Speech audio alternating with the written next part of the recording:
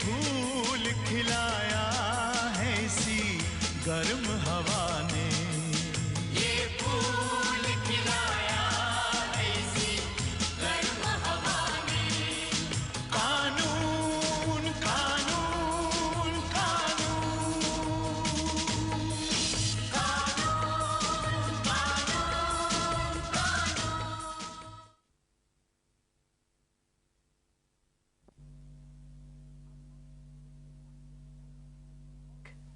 अविनाश ने धीरज से चाकू छीना और उसे मार डाला। इसी एक गवाह के बयान की बिना पर जज रघुनाथ ने अविनाश को उम्र कैद की सजा दे दी। एक तो सर चांदी का गेवल जिसके मुंह पर खून जमा हुआ था, और दूसरा कोट का बटन जो लाश की बंद मुट्ठी में मिला। वार इतनी बार किए गए कि मकतूल की खोपड़ी चूर चूर हो गई और चेहरा शिनाख्त के काबिल ही नहीं रहा। योर ऑनर, मेरे अगले गवाह हैं मांगीलाल ज्वेलर्स। आप गीता पे हाथ रख के कसम खाइए, मैं जो कुछ भी कहूंगा सच के सिवा कुछ नहीं कहूंगा। बाया, जो कहूंगा सच के सिवा कुछ नहीं कहूंगा। मिस्टर मांगीलाल जी, ये गेवल आपकी दुकान का है? जी हाँ हुजूर। आपको कैसे मालूम कि ये गेवल आपकी दुकान का है? अरे भाया वकील साहब, इस हथौड़ी की नीचे वाली जगह पे देखिए, ये देखिए हमारी दुकान का ट्रेडमार्क लगा है। ओह, तो आपने इस किस्म के और भी गेवल्स बनाए होंगे? नहीं जी, ये इस किस्म की हथौड़ी ये पहली बनाई है, वो भी ऑर्डर पर। ओ वकील साहब, इस किस्म के ऑर्डर कहाँ मिलते हैं फिर रोज रोज? ओह, मुझे आप बता सकते हैं कि इस गेवल को बनाने का ऑर्डर आपको किसने दिया था? जी हाँ हुजूर, बार एसोसिएशन के सेक्रेटरी साहब ने दिया था sir. That's all, Your Honor. Your witness, please. No questions, Your Honor. आप जा सकते हैं मिस्टर मांगीलाल। Your Honor, मेरे अगले गवाह हैं police commissioner mister Ali Haider.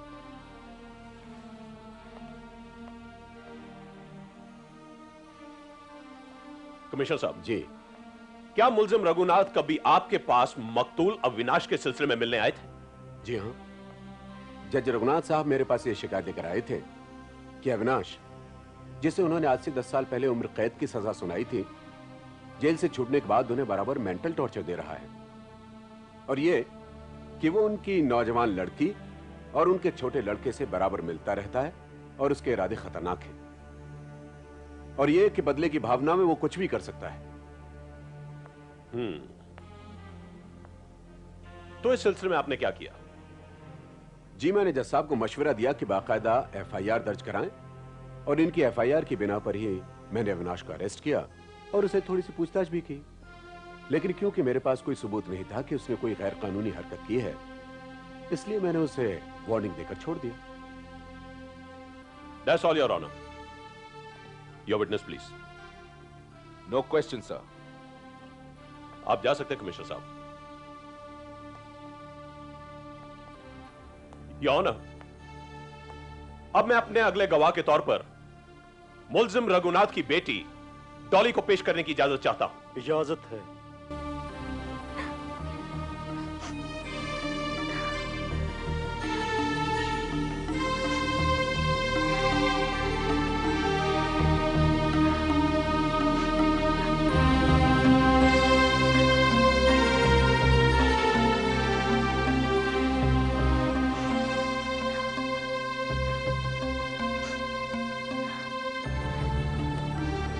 आप इस गीता पे हाथ रख के कसम खाइए, जो भी कहूंगी सच कहूंगी, सच के सिवा कुछ नहीं कहूंगी। मैं गीता पे हाथ रख के कसम खाती हूँ, मैं जो कुछ भी कहूंगी सच कहूंगी, सच के सिवा कुछ नहीं कहूंगी।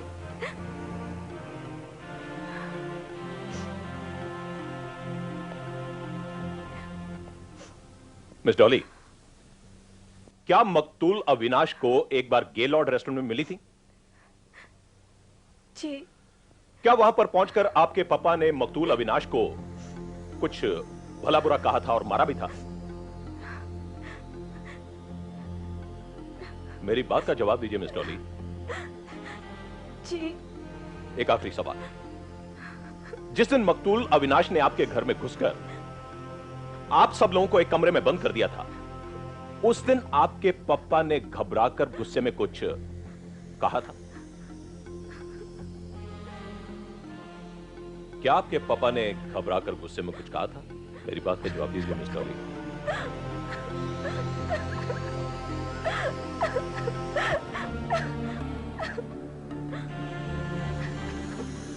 मिस डॉली, मेरी बात का जवाब दीजिए। क्या आपके पापा ने कुछ कहा था? क्या आपके पापा ने कुछ कहा था? मेरी बात का जवाब दीजिए मिस डॉली। बोलो बेटी, सच बोल दो। मैंने हमेशा तुम्हें सच बोलने की तालीम दी है बेटा, और तुमने गीता पे हाथ रख के सच बोलने की कसम भी खाई है। बोलो मेरे बेटे, अगर सच बोलने से तुम्हारे पापा को फांसी की सजा भी हो जाती है तो भी सच बोलो, क्योंकि मेरा ईमान है कि सच्चाई में बड़ी ताकत होती है। बोलो मेरी बच्ची, बोलो, सच बोल दो इनको। पापा ने कहा था बहुत हो चुका, अब मैं और बर्दाश्त नहीं कर सकता।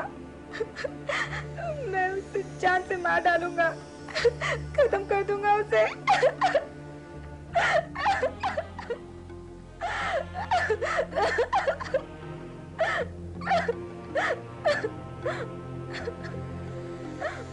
चीटी रो बेटी, चीटी रो। पापा is proud of you. I am sorry पापा।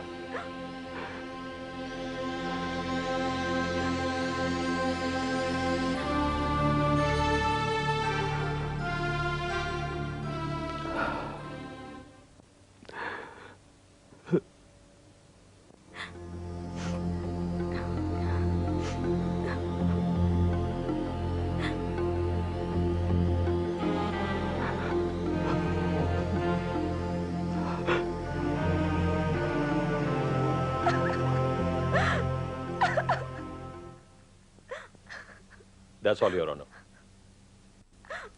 Your witness, please.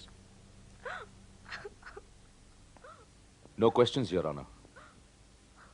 Miss Dolly, आप जा सकती हैं।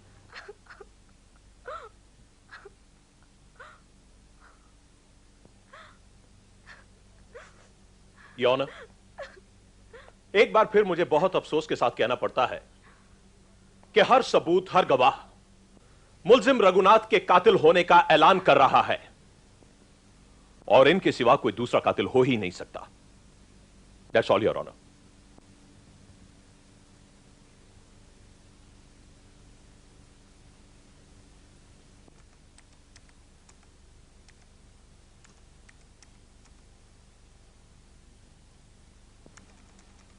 सर, आज पब्लिक प्रोसिक्यूटर इंद्रजीत ने अपना केस निहायत ही खूबसूरती से पेश किया।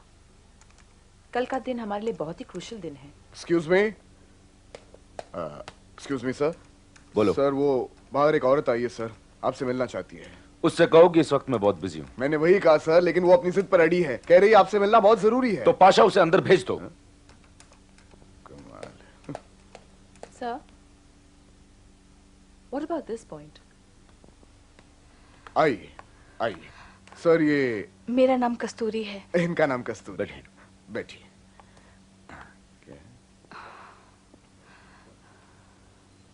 मैंने आपको पहचाना नहीं।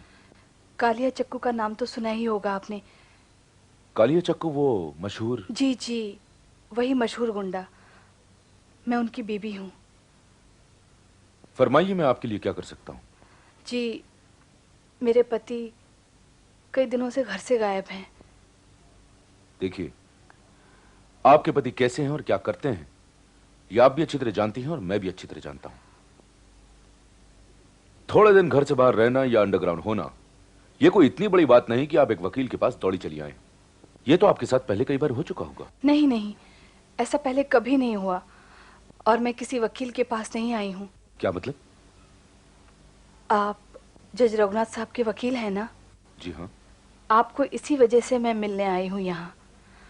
जज साहब से मिलने की बहुत कोशिश की, मगर उनसे मिल नहीं पाई हूँ, क्योंकि मेरे पति ने जाने से पहले जज रघुनाथ जी से फ़ोन पर बात की थी और उसके बाद वो घर नहीं लौटे। अगर आप उनसे मिलकर मेरे पति के बारे में मुझे बता दें तो मैं आपकी एहसानमंद होंगी।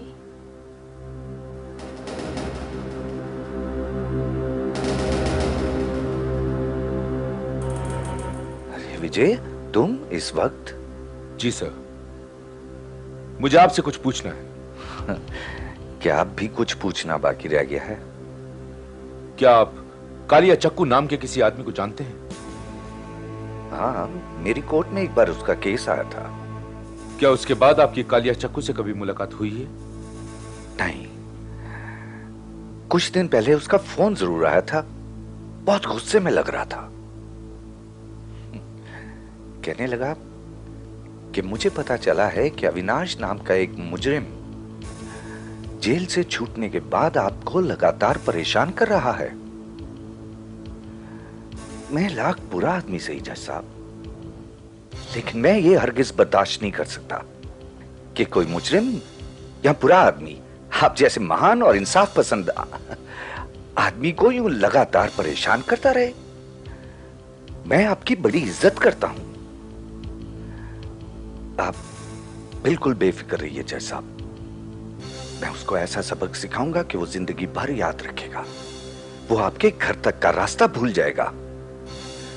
मैंने उसे समझाया कि भाई ये तेरा काम नहीं है, ये पुलिस का काम है, और फिर ये मेरा जाती मामला है, इसे मैं खुद सॉल्व करूंगा। लेकिन इतना सुनना था कि उसने अचानक फोन ही रख दिया। जज साहब, क्या आपको यकीन है कि आपके समझाने के बावजूद कालिया चक्कू ने कोई गलत हरकत की होगी? मैं तुम्हारा मतलब नहीं समझा विजय। मैं इसी सवाल को पिन पॉइंट करके फिर आपसे पूछता हूं जज साहब, कहीं ऐसा तो नहीं कि आपके समझाने के बावजूद कालिया चक्कू ने अविनाश को मार दिया हो और उसे मारने के बाद गिरफ्तारी के डर से फरार हो गया हो सकता है, हो भी सकता है, लेकिन मेरा विश्वास करो विजय, मुझे इसके बारे में कोई इल्म नहीं। तो ठीक है सर, मैं चलता हूं। जज साहब, आपने ये बात मुझे पहले क्यों नहीं बताई? इसलिए विजय कि मैंने इस बात को कोई खास अहमियत दी ही नहीं, वरना तुमसे कोई बात छुपाने की जरूरत ही क्या है। चलता हूं सर। अच्छा,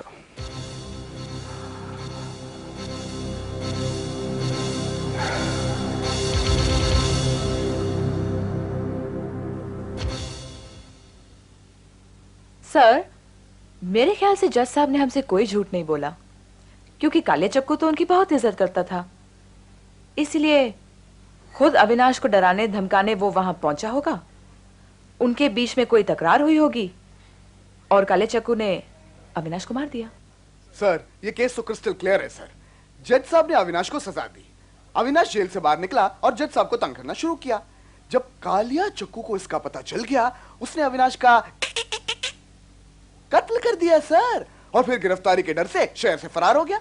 अब इस केस में सोचने समझने के लिए बचाई क्या है सर? सोचने समझने के लिए यह बचा है पाशा साहब, वो आला कत्ल, वो चांदी का गेवल। वो चांदी का गेवल, वो तो बहुत सिंपल है सर। अविनाश ने वो चांदी का गेवल जज साहब के घर से चुरा लिया होगा। और अविनाश ने कालिया चक्कू से यह भी कहा होगा कि मुझे मारने के बाद वो चांदी का गेवल वहीं रख जाओ, ताकि पुलिस आए और बड़े इत्मीनान से जज साहब को वहां से गिरफ्तार करके ले जाए। वाह पाशा साहब वाह, क्या दूर की सोची आपने।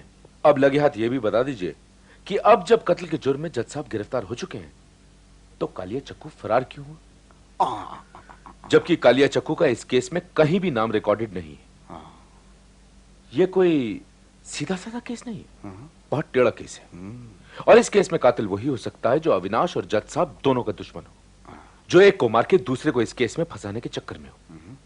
अब इस गुत्थी को सॉल्व करने के लिए हमें अविनाश के बैकग्राउंड के बारे में पता करना चाहिए। इसके लिए हमें आर्थर रोड जेल जाना पड़ेगा, क्योंकि सजा के 10 साल उसने वहां काटे थे। तो जाहिर है रिकॉर्ड्स वही होंगे, और उन रिकॉर्ड्स के जरिए हमें यह पता चल जाएगा कि उसके दोस्त कौन थे और दुश्मन कौन थे। जी हाँ, पिछले 10 साल से मैं ही यहाँ का जेलर हूँ, और अविनाश नाम के कैदी ने अपनी पूरी कैद की मुद्दत मेरे अंडर गुजारी है। जेलर साहब, यानी कि इन 10 सालों में आपने उसे अच्छी तरह ऑब्जर्व किया होगा। मेरा मतलब है उस अरसे में उसका बिहेवियर कैसा था? जनरली तो नॉर्मल ही रहता था, लेकिन कभी कभी अपने साथियों के साथ गुस्से में बहुत फ्यूरियस हो जाता था, और उस गुस्से के आलम में जब भी कभी वो अकेला होता तो एक ही जुमला दोहराता, मैं तुझे नहीं छोड़ूंगा। जब मैं बाहर निकलूंगा तुझे नहीं छोड़ूंगा। That's all. बिंदु यही विश्राम करता है सर। जेलर साहब, क्या इस सिलसिले में वो किसी का नाम भी लेता था? जी नहीं। और कोई खास बात जेलर साहब? मेरा मतलब है ऐसी कोई खास बात जो आपकी जहन में नहीं हो और आप हमें बताना चाहते हैं?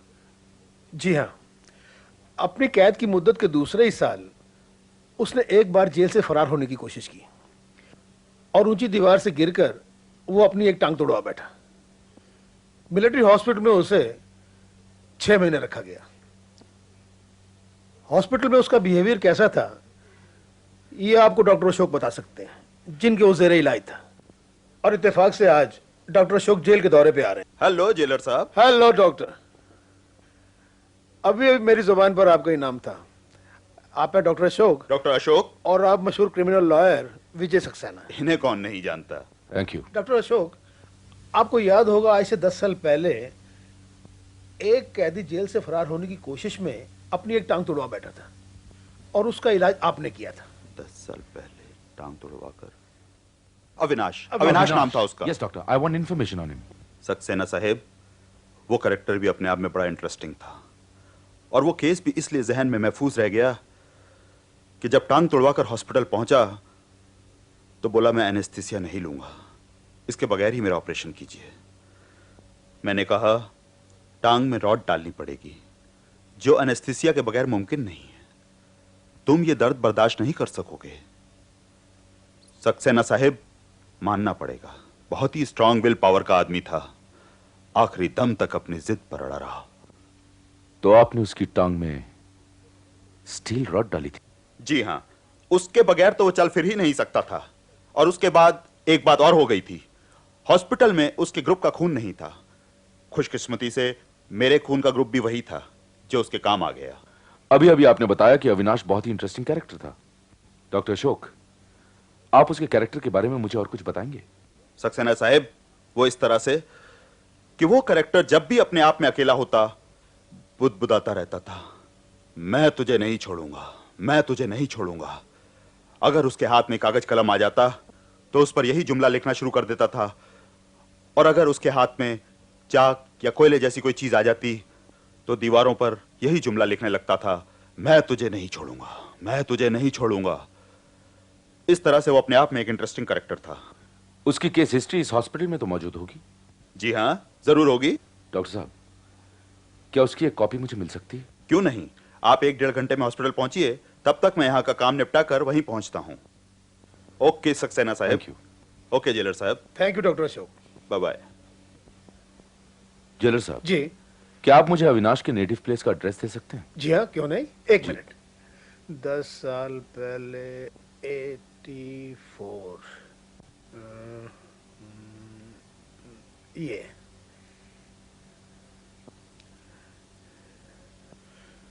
हाँ, देखिए साहब, खोली नंबर 203, काटे गांव, डिस्ट्रिक्ट नासिक, यहां से तकरीबन 125 kilometre. Thank you very much jailer. You are welcome. Thank you. बादशाह। Yes sir. तुम हॉस्पिटल जाओ और डॉक्टर अशोक से मिलके अविनाश केस हिस्ट्री की एक कॉपी ले लो। हाँ। और यह भी मालूम करने की कोशिश करो कि क्या कोई ऐसा आदमी हो सकता है जो अविनाश को मार सकता हो। और तुम मिली सर, तुम अभी और इसी वक्त नासिक के काटेगांव जाओ। और शायद मुझे ये कहने की जरूरत नहीं कि तुम्हें वहां क्या करना होगा। कर जुर्म न होते तो ये कानून न होता, कर जुर्म न होते तो ये कानून न होता, इतिहास के पन्नों पे ये मजमून न होता। हम आज चले हैं यही